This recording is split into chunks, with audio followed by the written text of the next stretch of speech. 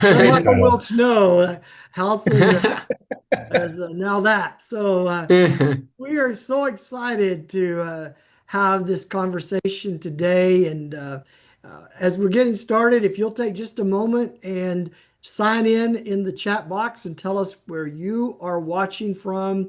I want to bring in our guest today, who is the village manager in Glencoe, Illinois, Phil Keraly.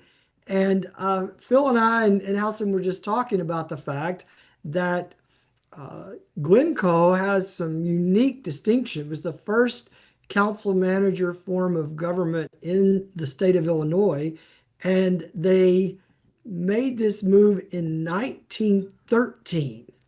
It's amazing to think of. It was, I think you said, the 13th uh, right. city in the world to do that.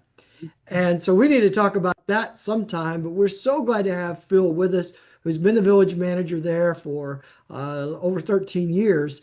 But the real story that we want to get at today, and I think you are going to really be encouraged by, is the story of his mom and dad, who came to the United States in 1956, I think it is, from Hungary whenever they were refugees from the communist takeover in that country.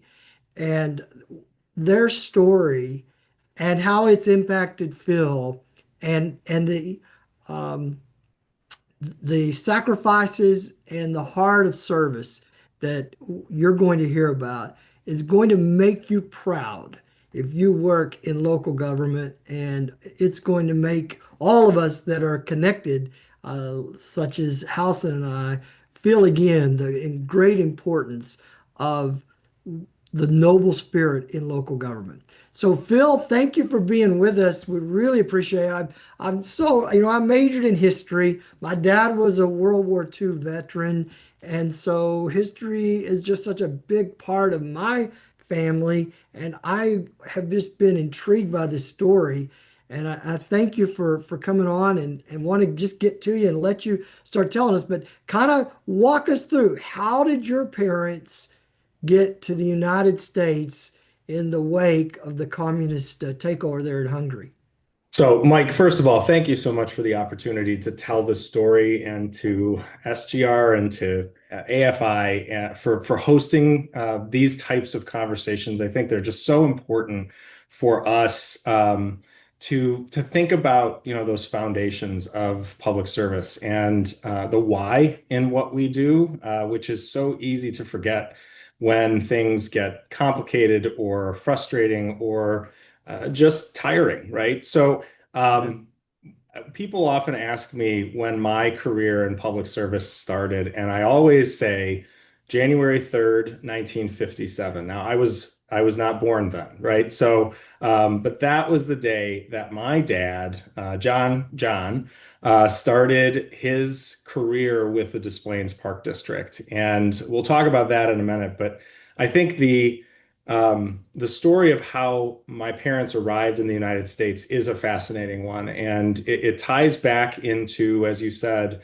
um, the Hungarian Revolution, which took place in October of 1956. And my parents did not know one another in Hungary. They were about a mile and a half apart from one another when they crossed over the border from Hungary into Austria before the borders were sealed.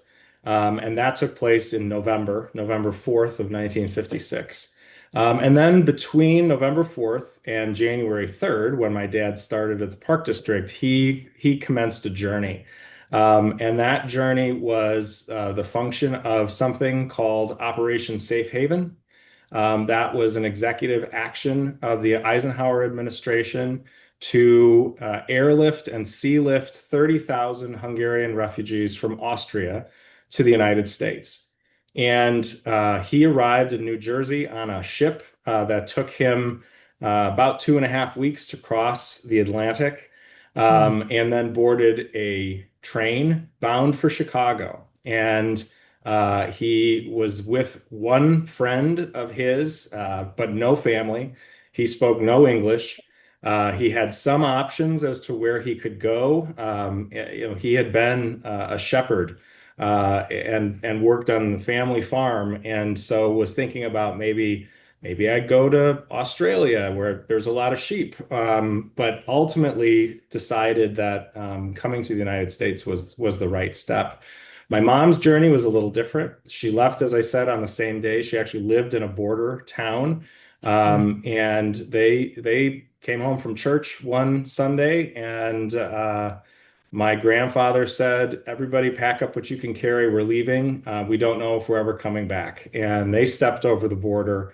My mom ended up staying in Austria for about 4 years before she came to the United States and found her way to Chicago by way of an uncle who Mm. lived in Hyde Park, one of the neighborhoods of the city, and sponsored her and her entire family. She had six siblings, and her parents. And my parents ultimately met in later in 1961, and they were married in 1962. But I think that again, that formative date of January Mm. 1st, or excuse me, January 3rd, 1957, when my dad stepped off of a train in Union Station in Chicago, and was met by this always is one of those moments where I'm like, gosh, we really did do things differently. He was met by the executive director and the director of parks at the Des Plaines Park District at the train station, who picked him up. They were holding a sign that had his name. That was the only way they would have been able to communicate. He had the suit that he was wearing and 8 quarters in his pocket. And they said, "Come with us. We're giving you a job." So, as a function of Operation Safe Haven, the administration was encouraging units of government. And so, special districts in Illinois, we've got a lot of them, Hmm. at that time, took on some of these individuals. And so, my dad and the person who he was traveling with were both given a job as laborers at the Des Plaines Park District. Lisa, there's if you want to go to that picture, that first picture in the slide deck. This is a good time, Yeah. perhaps, to show that. Well, Um, while we're pulling that up, let me ask, how old was your mother when she came to the United States? my parents are 6 years apart. My dad got to the U.S. in '57. He was not quite 22. By the time my mom arrived, she was 19. And so she left when she was 15. He left when Yeah. he was 21. And so but again, they didn't meet until Yeah. 1961. Chicago. And that was it was a chance meeting. They happened to be at the same German dance hall in Chicago, which doesn't exist anymore, though we still know where it is or where it was. And she spoke Hungarian, which was for my dad at that time this only link back Oh, to yeah. his country. There was one person in the city of Des Plaines who spoke Hungarian who was able to help translate. But I don't know if you've ever heard Hungarian. It's a beautiful language. It is harmonic when you listen to somebody speak it, but it's also incredibly difficult. And guess what? So is English. And they Yes. don't have any relationship to one another. And Right. he found himself in a space where they were giving him a job, but he didn't really know how to communicate. And so that communication took some time. That picture that was just Yeah, tell up, us about that picture now. so that's the oldest picture that we have in our family of my dad as a Des Plaines Park District employee. So that was taken, we believe, in the spring of 1957. He was responsible for maintaining flower beds and maintaining park, raking leaves and moving things around and just beautifying the parks. And he had this picture taken, and he sent it to his parents in Hungary in a letter. And we received this. My family, my all of my first cousins on my dad's side still live in Hungary. He had a Hmm. large family. There's about 27 of us in the first cousin ring, and it gets Hmm. bigger as you go. But they found these and sent a series of these that we'll scroll through to us in 2020, and we had never seen these before. This was Wow. fascinating to us to see this part of our dad's life because we had not experienced it. Um, so he was given, and Lisa, why don't you skip to the next slide? Because this is the other part of his American journey story that's so fascinating to me as a local government practitioner. This is Rand Park. It's in Des Plaines. It was built during the Depression. It was a WPA project, and it had a small dormitory in it. There's a public pool. You can see that Hmm. behind the building. This park still exists, and parts of that pool still exist, though the field house is long gone. But my dad lived in that building as a guest of the park district, as an employee of the park district for well over a year, while he got his footing, while he learned how to speak English, at least in bits and pieces. The city of Des Plaines was a small community. It's about 55,000 now, but at the time it was less than 10,000. The community came together. They donated clothing to him, and they gave him odd jobs. He became a bit of a he was it was unique to have a refugee living in Des Plaines at that time. Yeah. And people were so eager to support him. They were so eager to help. They gave him, work. He would paint houses. He would take care of yards. He would tear down a tree in the backyard. Whatever you needed, he was the guy that you'd call. And so many of those connections were made through the Park District. If you want to advance, Lisa, to the next slide. This is again a picture of him. This one is actually a family picture that we've had for many years. As you can tell, Uh-huh. it's kind of falling apart. It's a little bit blurry, but it shows him standing next to a flower bed. And I'll tell you, this is one of those pictures that resonates so much with me because my entire life has been about public service. I Yeah. grew up in a family, as we've talked. My dad started in at the Des Plaines Park District in '57. He retired in 1999. He stayed working part-time till 2011.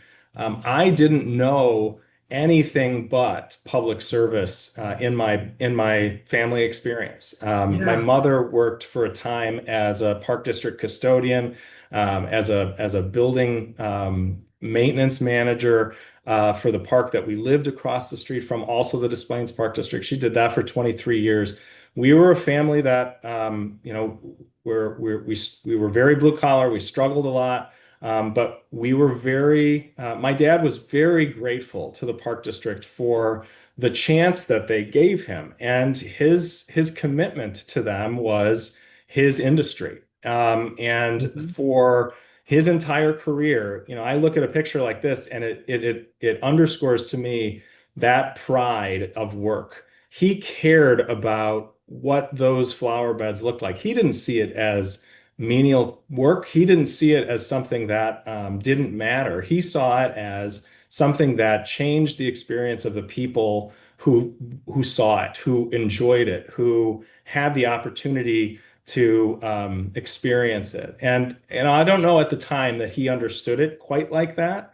But I do know because he used to tell me that he would just value the compliments that people would give him, and that they Mhm. would stand and look at these flower beds. And he would manage all of the flower beds in the park district. That was his job. They would stand and look at them and they would, nod affirmatively. And, again, they didn't really speak a lot of the same words, but he knew Yeah. what they were saying. He Um, took a pride in providing something that brought Absolutely. people joy and satisfaction and beauty. And I see this so often in the role I have in working with cities all over the country. It's amazing to me and inspiring to me uh, the the zeal for putting others first that I Yeah, see in so many local government employees. And absolutely. you're the servant leadership heroes in our country because you're really always putting the needs of others ahead of yourself. And your dad, I just in that picture I can see. Of course, I'm wondering how much of that did he do, and how much did you do, Phil? Well, Did you dig in those plants and help with I that? will tell you. So I think I may have mentioned this to you, Mike, when we first were talking. I've never worked for a non-public agency, aside from a couple of odd jobs in college. And I worked for my dad well before I was allowed to work for my dad. You know, Yeah. not. I was cleaning his office when I was 5. You know, I would go with him. A transition point for his career was 1964 when the Park District leadership said to him, "You know what, John, you're doing a great job. We've got a job for you that we think you can do." And it was, you're going to be the superintendent of our municipal golf course.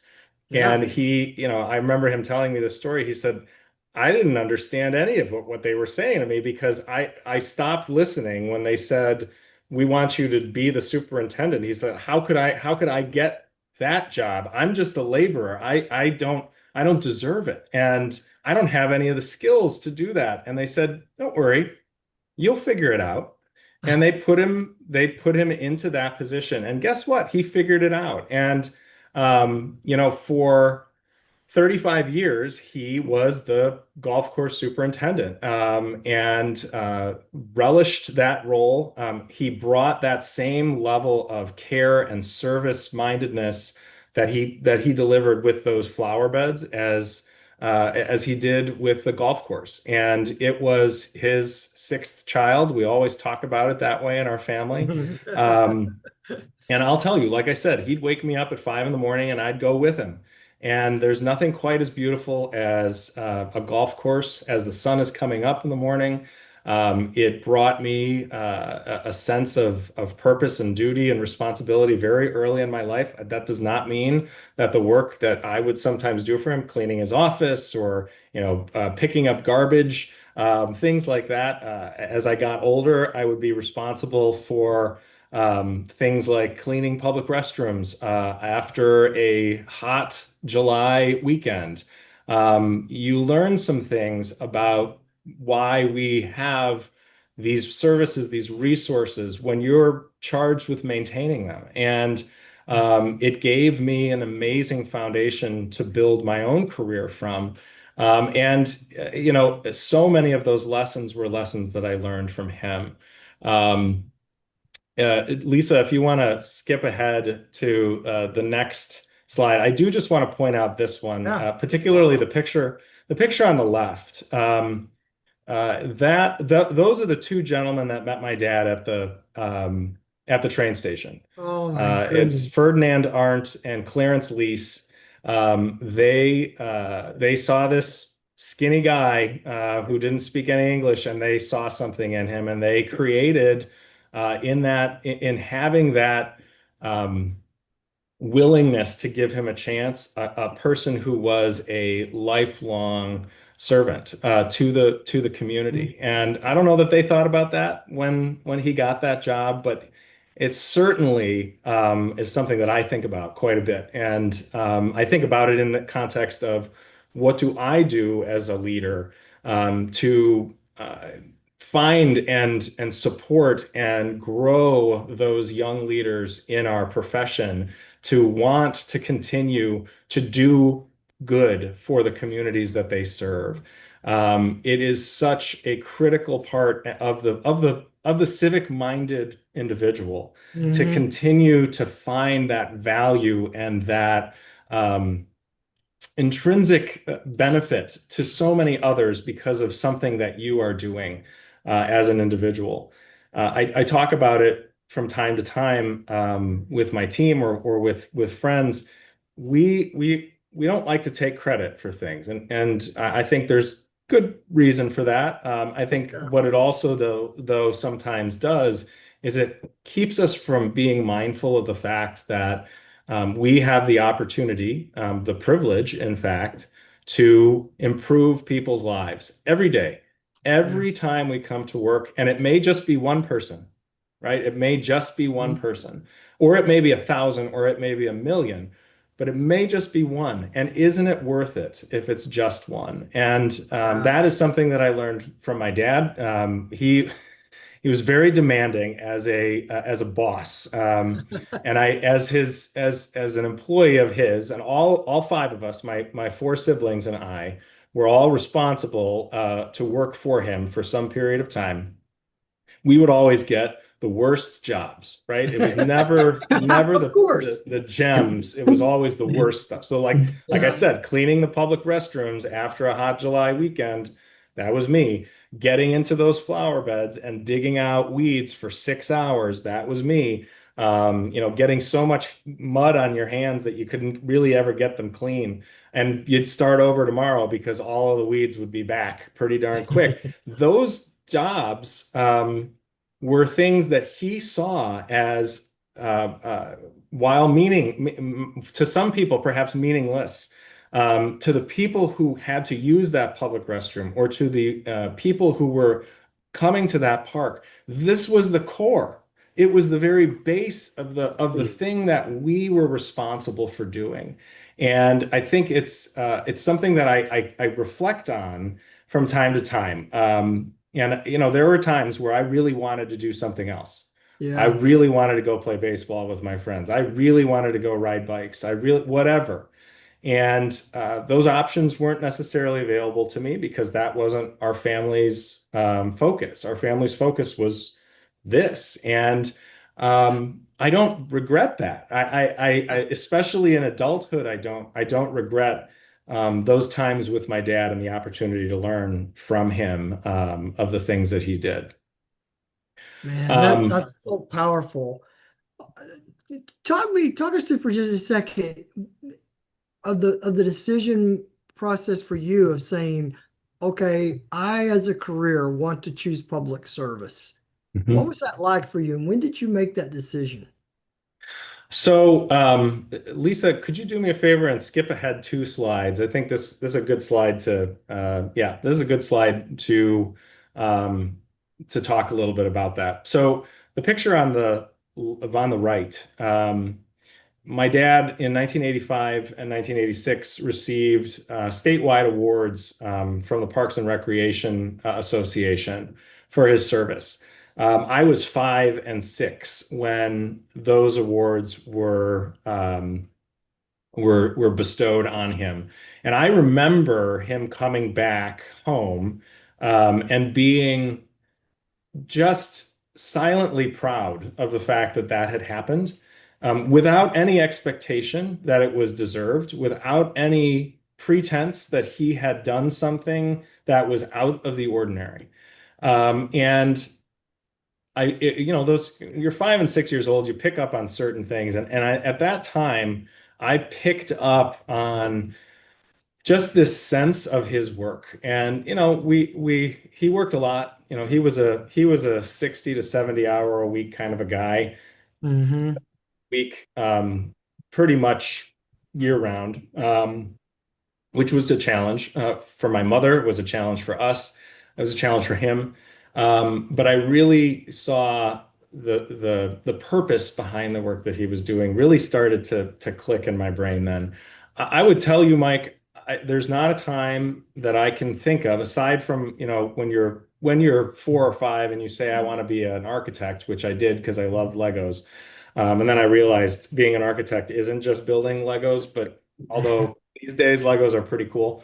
Um, that I never really saw that there was a different path that I wanted to take. I'm really the only one of my siblings who followed this directly into public service. And I really thought Parks and Recreation was going to be the area that I focused on. And when I went to college, I was very focused on making sure that there was a public administration or a Parks and Recreation program that I could study. And um, so I did. I went to Augustana College in Rock Island, Illinois, great liberal arts institution that brought me so much depth in my own learning.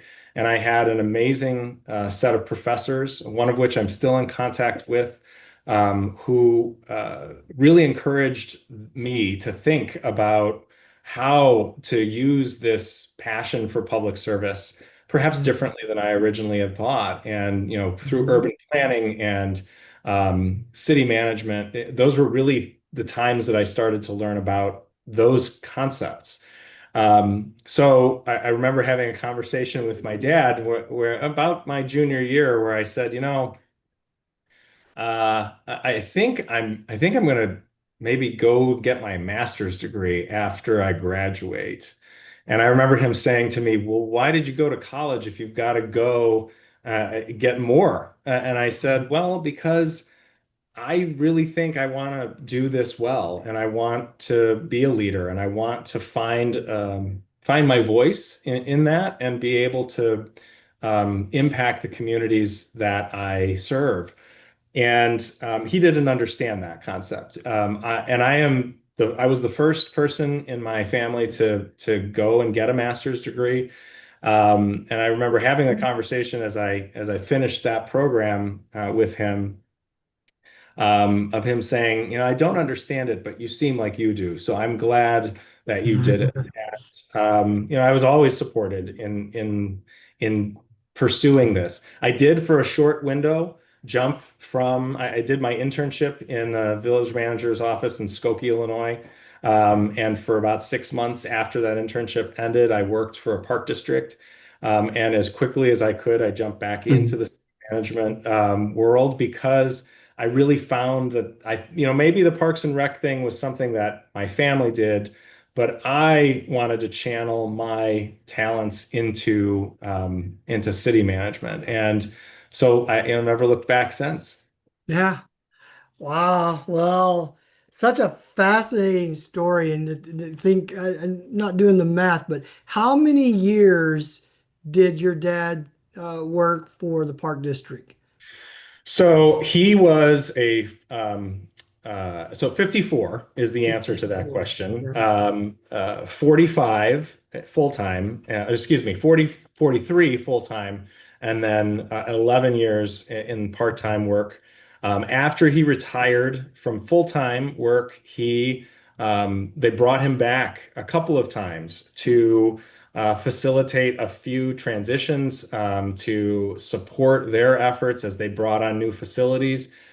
He was Mhm. always seen as a person that they could rely on. I remember talking to him after he retired and saying, "Well, I thought, the concept of retirement was you were going to, work less." And he said, "Well, but I miss it and they need me and I want to." And he wanted to until he couldn't anymore. Yeah. And I sometimes fantasize about what retirement looks like. It's not quite here yet for me, but it's not in the far distant future. I don't know that it'll be what he did. But I do know that it's what I saw in him was this real desire to not step away from it, to want it to continue, this service mindedness, this Mhm. commitment to making something better. He wanted to continue to do that up until he couldn't. And so my dad passed away in December of 2013. Interestingly, I had just started my job here in Glencoe. I started December 1st of Mhm. 2013. Wow. He passed away December 17th, the day before my first board meeting that I was hoping to be able to bring him to. Yeah. Um, and that wasn't to be, right? That's the way things work sometimes. But I saw that pride in his eyes when I told him that I had that I was offered this position and that I was going to be the village manager in Glencoe. And um, I knew that at that moment he was grateful that the steps that he had taken, I think, had led me to where I am today. And Yeah. so it's it's really a privilege to have had a public service hero right in my own family. It really has been a privilege to think back on some of the things that he did, and the work that he did and the way that he did it with very little education, with very little um, ability to communicate for so long.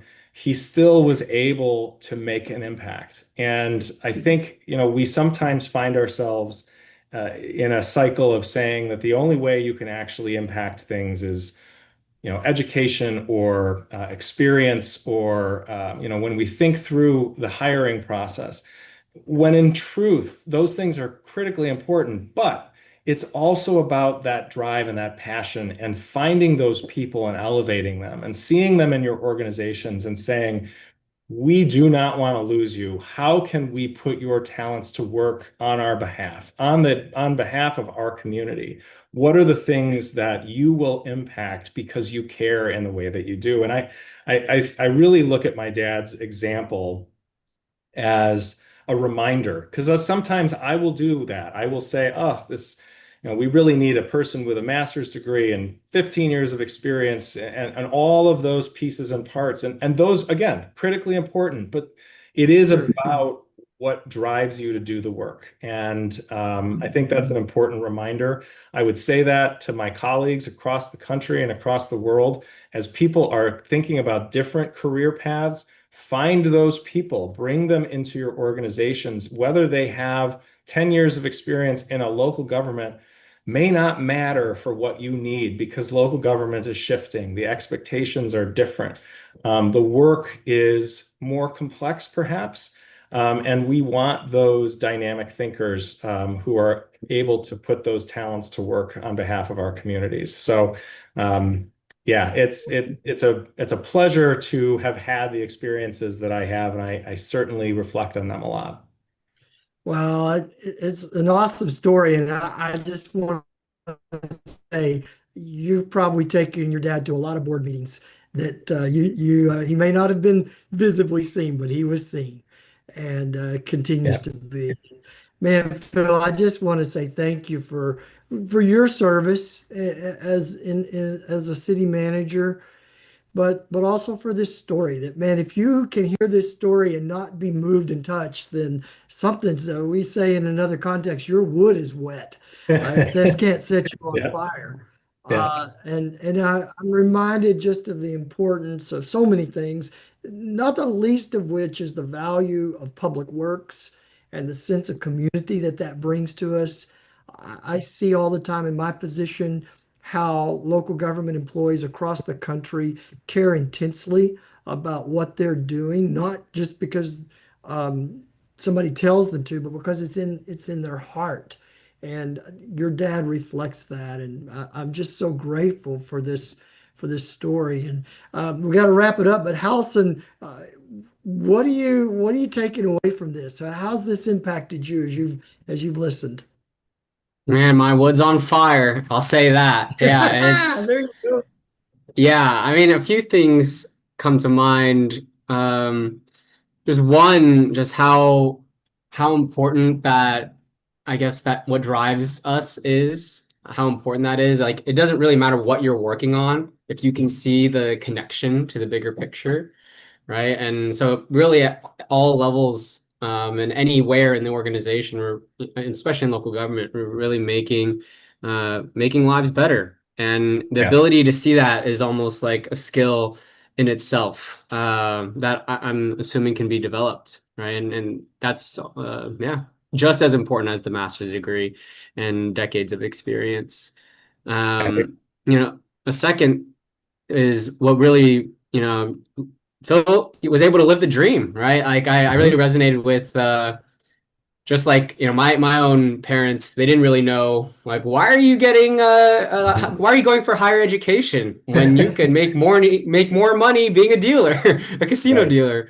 Mhm. And having that like moment where they realize, their work, their effort really paid off, and seeing how happy you are, is that's definitely an immigrant parent's dream. And to be the child of one, like that's awesome.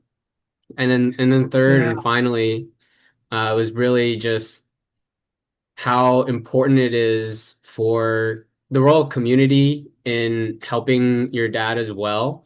And just in like not having the executive director not be too, I guess, separated to welcome people, right, who are joining. Yeah. And if it weren't for the community handing out Like, hey, can we use some help here anywhere? And like that, how close knit um, folks were back then, like it wouldn't have led to the impact that you're making today, right, Phil? So really, Yeah. the community being together, um, the importance of that is a big takeaway for me. So thank you for sharing. If I can just leave you with one No, thought, I think there is so much good that government is capable of. And, there's also a lot of struggle to remind people of that. We are not in an environment where trust is readily given. The local government level was always the most trusted. And what's interesting is even that is eroding quite a bit. And it's an important moment for us to reflect and say, what can we do as leaders to make sure that our communities trust us, to make sure that we are showing them the care and empathy that they deserve, and mm, that we underscore that we have a role in making people's lives better, not just the people who we serve, but also the people in our own organizations, that government service is honorable, that the work that we do is necessary and important, and that we can, and that you have as a government employee the opportunity to grow because of that work. And sometimes we need to take a couple of moments to just reflect on that. It's Public Works Week. I think it's a great time to do it. May is such a great month for yeah. thinking about public service, and we should think about it a lot more, I guess, is my point. Yeah. Well, man, Phil, this has been so good, just like I knew it would be. And I want to thank you for it, and thank you for your service, as Halson said. And I was thinking, I want to close with this thought. Robert Greenleaf, who's the man that coined the phrase servant leadership, said that servant leaders have to ask themselves, what's the impact of my leadership upon those who are being served? Are they becoming healthier, wiser, freer, and more autonomous, and more likely to follow in my example? Which obviously you have done that with your dad. But then also going back to what you were talking about, Halson, there's a second question that Greenleaf said a servant leader has to pose to themselves is, what's the impact of my leadership on the least of those among us?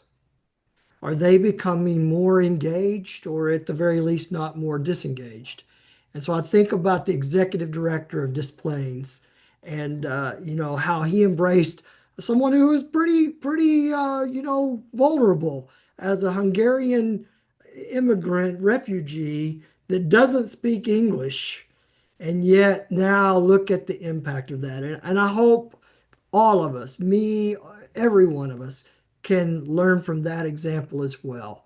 To remember that we're all just people, and we need to be kind to each other, and be ready to serve everyone. And we'll find as we do so that our lives are enlarged as well. So you and your dad's story, mom and dad's story, have reminded us of that. And I just want to thank you for it. And I hope everyone that you've enjoyed this. Thank you for being with us. Go find a chance to make somebody's day better. And we really appreciate your time, Phil. Thank you, Lisa, for all of your work behind the scenes as always. And we wish you guys all the best, and we'll see you down the road.